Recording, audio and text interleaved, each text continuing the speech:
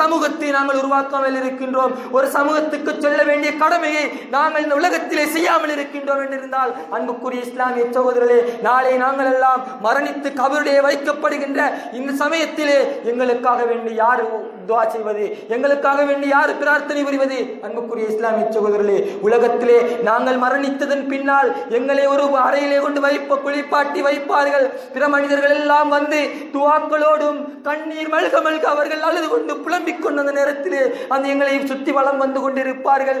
எங்களுக்காக வேண்டி அழுவதற்கு உறவுகள் இருக்கும், எங்களுக்காக வேண்டி அழுவதற்கு மனைவி இருப்பாள், எங்களுக்காக வேண்டி அழுவதற்கு பிள்ளைகள் இருக்கும், எங்களுக்காக வேண்டி அழுவதற்கு உறவுகள் இருக்கும். இதெல்லாம் 2-3 நாட்கள் தான். ஆனால் எங்களுக்காக வேண்டி பரிந்துரை செய்வதற்கு, எங்களுக்காக வேண்டி அல்லாஹ்விடத்திலே மன்றாடுவதற்கு, எங்களுக்காக வேண்டி அல்லாஹ்விடத்திலே பரிந்துரை செய்கின்ற ஒரு சமூகத்தை நாங்கள் உருவாக்கி இருக்க மாட்டோம். அல்லாஹ்விடத்திலே நாங்கள் பிரார்த்தனை செய்கின்ற ஒரு பிள்ளைகளையோ, ஒரு சமூகத்தையோ, ஒரு குடும்பத்தையோ, ஒரு அமைப்பையோ நாங்கள் உருவாக்கி இருக்க மாட்டோம். அப்படியான துர்ப்பாக்கியமான நிலைமையிலே நாங்கள் தன்னந்தனியாக அல்லாஹ்விடத்திலே செல்லுகின்ற பொழுது அல்லாஹ் தஆலா எங்களுக்கு ஒரு பொழுதும் பாவங்களை மன்னிக்க மாட்டான். எனவே அன்புக்குரிய இஸ்லாமிய சகோதரர்களே, அல்லாஹ்வின் நல்லடியார்களே, வதுஹிப்பூனல் மால ஹுப்பன் ஜம்ஆ, மனித சமூகம் உலகத்தில் இருக்கின்ற இந்த சொத்துக்களை சேகரிப்பதற்காக வேண்டி மாத்திரம் போராடி கொண்டிருக்கின்றது. உலகத்தில் இருக்கின்ற இந்த சொத்துக்களை சேகரிப்பதற்காக வேண்டி ஓட்டங்களும் நடையுமாக சென்று கொண்டிருக்கின்றது.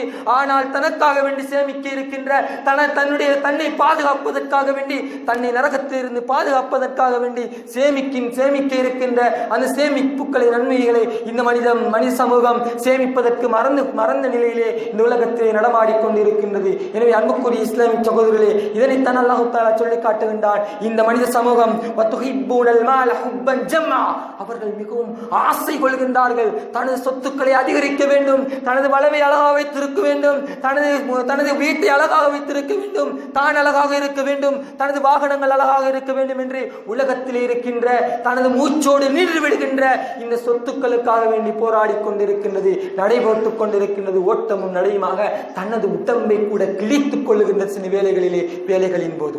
எனவே அன்புக்குரிய இஸ்லாமிய சகோதரர்களே, அல்லாஹ் தஆலா சொல்லி காட்டுகின்றான், இவ்வாறு நீங்கள் செய்து கொண்டிருக்கின்றீர்களா? உலகத்திலே இவ்வாறு இந்த பூமியிலே நீங்கள் செய்து கொண்டிருக்கின்றீர்களா?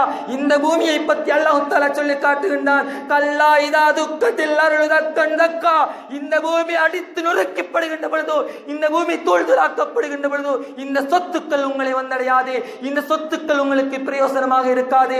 நீங்கள் செய்கின்ற இந்த நன்மைகள் மாத்திரம் அல்லாஹ்விடத்திலே பதிவு செய்யப்பட்ட ஏடுகளின் மூலமாக உங்களிடத்திலே கொண்டு வந்து சமர்ப்பிக்கப்படும். இதோ இருக்கின்றது நீங்கள் செய்த நன்மைகள், இதோ இருக்கின்றது நீங்கள் செய்த இபாதத் என்பதாக அந்த இடத்திலே உங்களுக்காக வேண்டி மிகவும் பாதுகாப்பான ஏடுகளிலே உங்களுக்கு சமர்ப்பிக்கப்படும். மாத்திரமல்லாமல் உலகத்திலே நீங்கள் செய்கின்ற கட்டிடங்கள், உலகத்திலே நீங்கள் சேகரிக்கின்ற இந்த வாகனங்கள், உலகத்திலே இருக்கின்ற இந்த பூமிகளும் இந்த காணிகளும் இந்த செல்வங்களும் ஒரு பொழுதும் உங்களுக்கு சமர்ப்பணமாக்கப்பட மாட்டாது என்பதாக அல்லாஹ் தஆலா தனது திருமறையிலே சொல்லி காட்டுகின்றான். கல்லா இதா துக்கத்தில் அருளுதக்கண்டக்கா, இந்த பூமி அடித்து சிதறி தூள் தூளாக்கப்படும் என்பதாக அல்லாஹ் தஆலா தனது திருமறையிலே சொல்லி காட்டுகின்றான்.